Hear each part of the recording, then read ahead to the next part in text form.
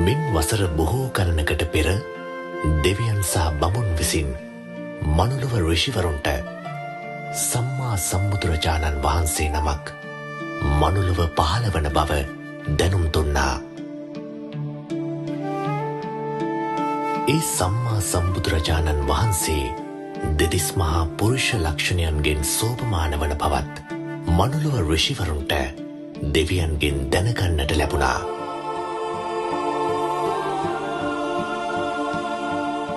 බුදු කෙනෙක් පහළවීමට ඉතාමත් ආසන්න කාලයේ මේ ආකාරයෙන් දෙව් මිනිස් ප්‍රජාව තුළ බුද්ධ කෝලාහලය ඇති වුණා.